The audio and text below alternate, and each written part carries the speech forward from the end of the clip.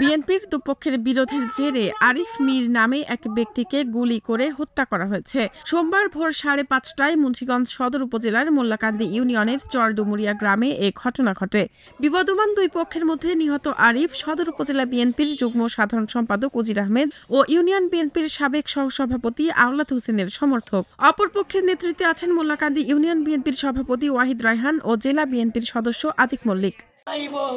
আমার তিনটা না তিনটে তুই আরে গেল আমার বটু ওই বগো আগুন মাই আমার আল্লাহ রে আমারে এই দুঃখ আছে এর ভিতরে জোরতি বেক আছে আমার বাইরে মাইরা ওরা এই।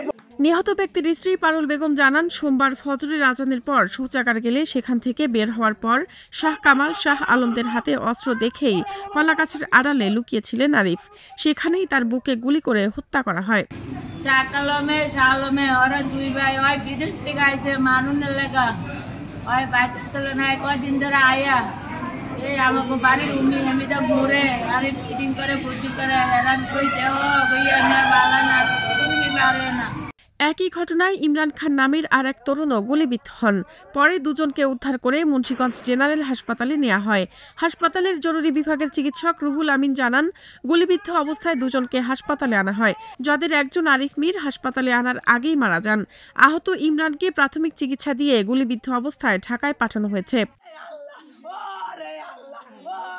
মুন্সিগঞ্জের অতিরিক্ত পুলিশ সুপার মোহাম্মদ ফিরোজ কবির জানান, ঘটনার পরে সেখানে যায় পুলিশ।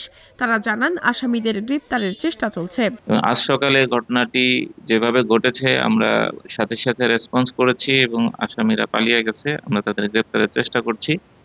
সব মিলিয়ে পুরোপুরি সবকিছু আমাদের নিয়ন্ত্রণে রয়েছে। এই ঘটনার সপ্তাহখানেক আগে 2 নভেম্বর বিএনপির দুপক্ষের বিরোধে ওয়াহিদ আতিক মল্লিকদের সমর্থক হিসেবে পরিচিত তুহিন দাওয়ান গুলিতে নিহত হন।